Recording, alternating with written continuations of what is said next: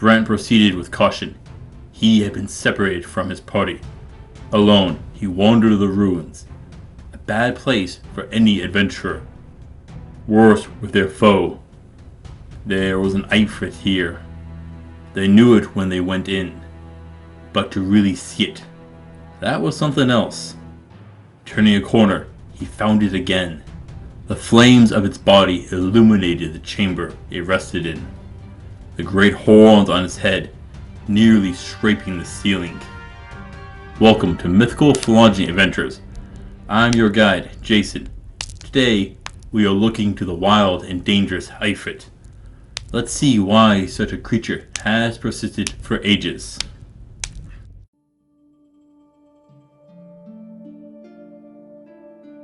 Ifrit comes from many tales with roots in Arabic and Islamic mythology and religion. And these tales are as varied and numerous as grains of sand in the Sahara. This has led to several inconsistencies across history and mythology. They are called Ifrit, Ifrit, Afrit, and Afrit. They are described as being made of smoke and fire, sometimes with horns and wings, but always with a muscular build, usually depicted as male, but there were also female ones. Often they are described as a demon, but some say that they come for the negative feelings of those that were murdered. But saints and prophets are unable to leave behind an Ifrit of themselves. They often live in ruins, cemeteries, or in places where they lived as a human until Judgment Day, though they are often tied back to the underworld. Another origin speaks of them being created by Allah, but they refused to submit and were punished. When asked to bow before Adam, they refused, and it has created strife between humans and Ifrit. A set of 3 of them tormented Job, who destroyed his property and lands. We have even seen an attempt to manipulate King Solomon when one offered to bring him the throne of the Queen of Sheba before sunrise. But Solomon charged another to do so. Due to their knowledge of scriptures. They have a myriad of powers, ranging from elemental control, mind control, shapeshifting, and incredible strength. While usually malicious in their behavior, they have been known to serve acts of divine punishment. Normally, the Ifrit is referred to as being of the Jinn. The term Jinn, or Genie, is a generalized term used to describe a large subset of mythical creatures. Basically, any creature which cannot be seen by mortal eyes, which can include everything from angels, demons, and human souls.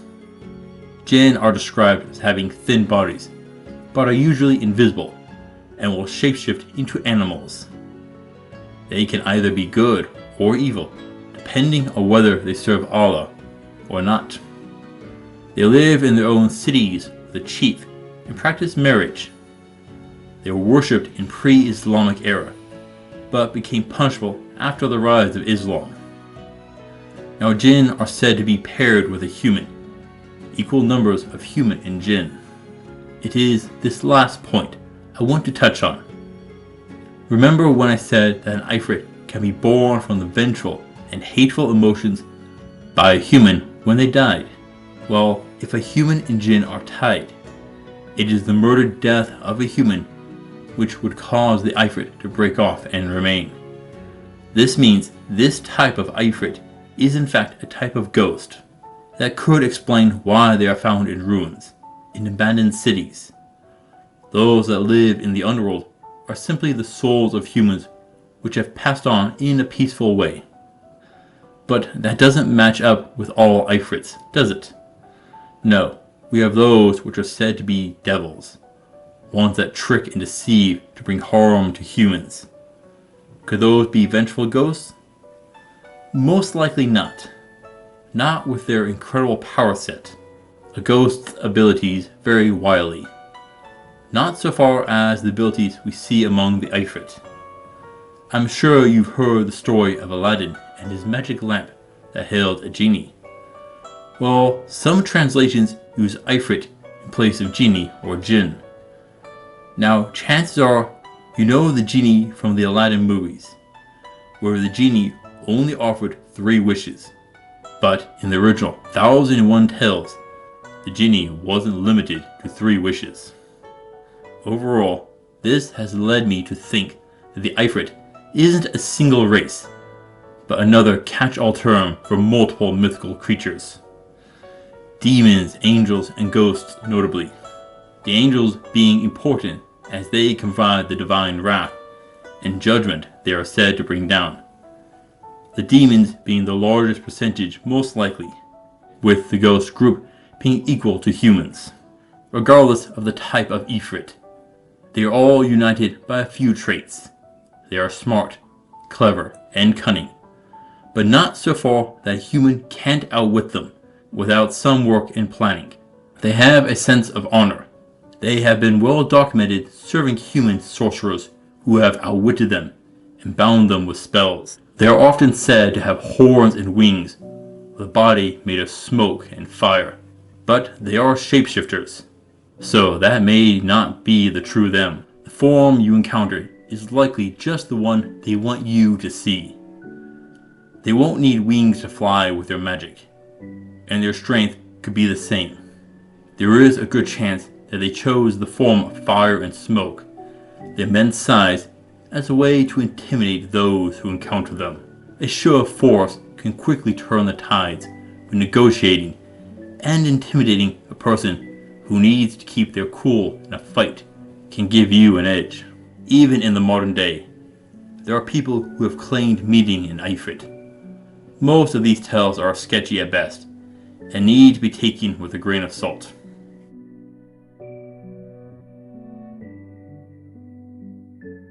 Now, fighting an Ifrit isn't going to be easy. There is one undeniable fact about them. They are impervious to physical attacks. No mere sword or spear is going to stop them. No, they have a few weaknesses, but they are all magic. This is how the fight is going to have to go. Put aside your sword and grab your wands. Meet magic with magic. Whatever spell it uses, bring a counter to it.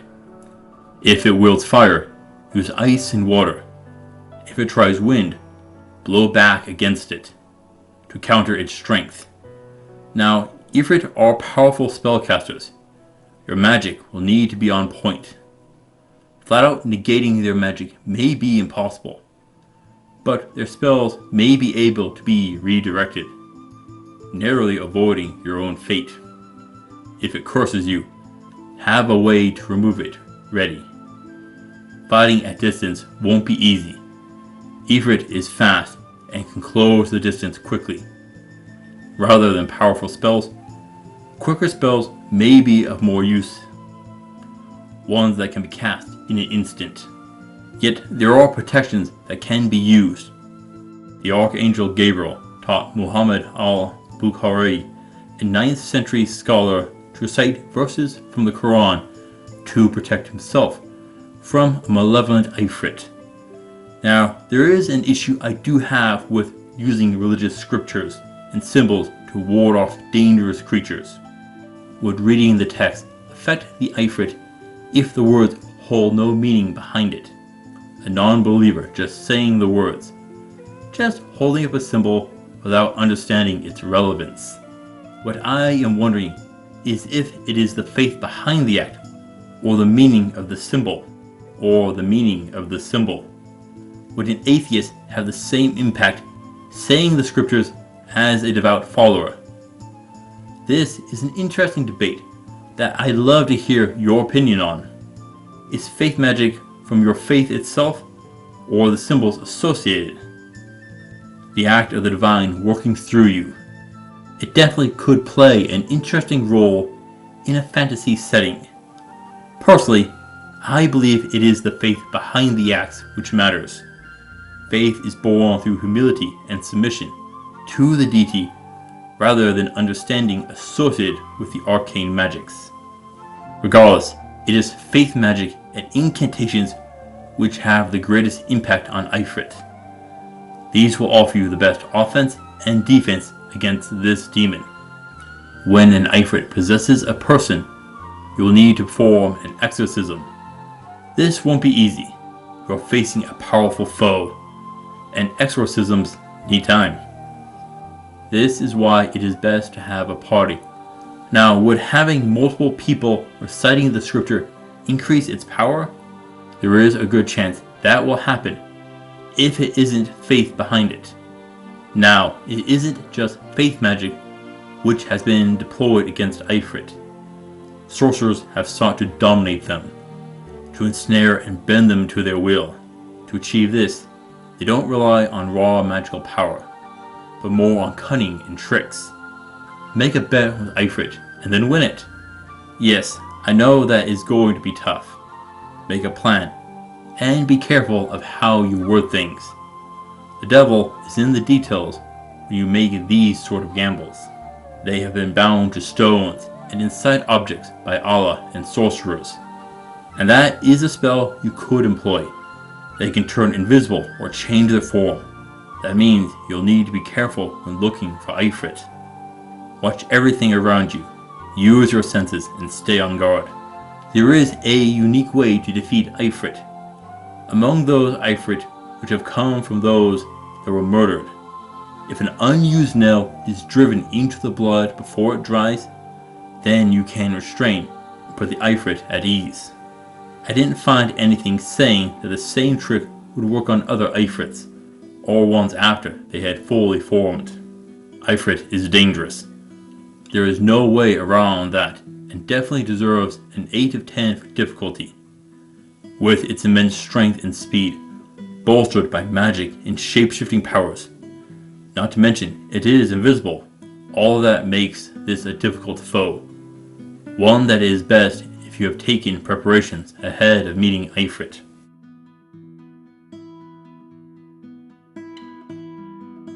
Slaying the Ifrit doesn't bring much aid, but if you can bend them to your will, as an ally, Ifrit are incredible. All that magic and power is at your disposal. Just imagine what you could put that strength and speed to use. You could turn the tide in a battle that you would otherwise be destined to lose. Add in magic, and you can defeat armies if you are clever. Now, have you heard the tale of the monkey's paw? A man met an old man who offered him a magical monkey's paw, which would grant him 3 wishes. Of course, the poor man takes it, and his first wish was for money. As he returns home, a lawyer comes to the door, informs the man and his wife that their son has been killed in an accident, and they are given a large sum of money as compensation. Distraught, the mother takes the monkey's paw and wishes for her son to live. A storm blows in and rattles the door. Something comes and knocks on the door, again and again. When the door flew open, they saw the horror that their son had become. The father grabbed the monkey's paw and used the final wish to put their son at ease. The moral of the story brings up a common problem that comes from trusting a Jinn to grant wishes. They will grant your wish, but in a way that you don't want. That can make them untrustworthy. You want money, but they will make the money worthless by some means. You wish for immortality, but forget eternal youth, and you just turn into a shriveled up corpse in a rotting body that begs for death. There are a myriad ways to corrupt a wish. This is important when working with Ifrit. They are likely to take your request and twist it about. Would you trust working with Ifrit? That will be your choice, but one you will need to be careful with.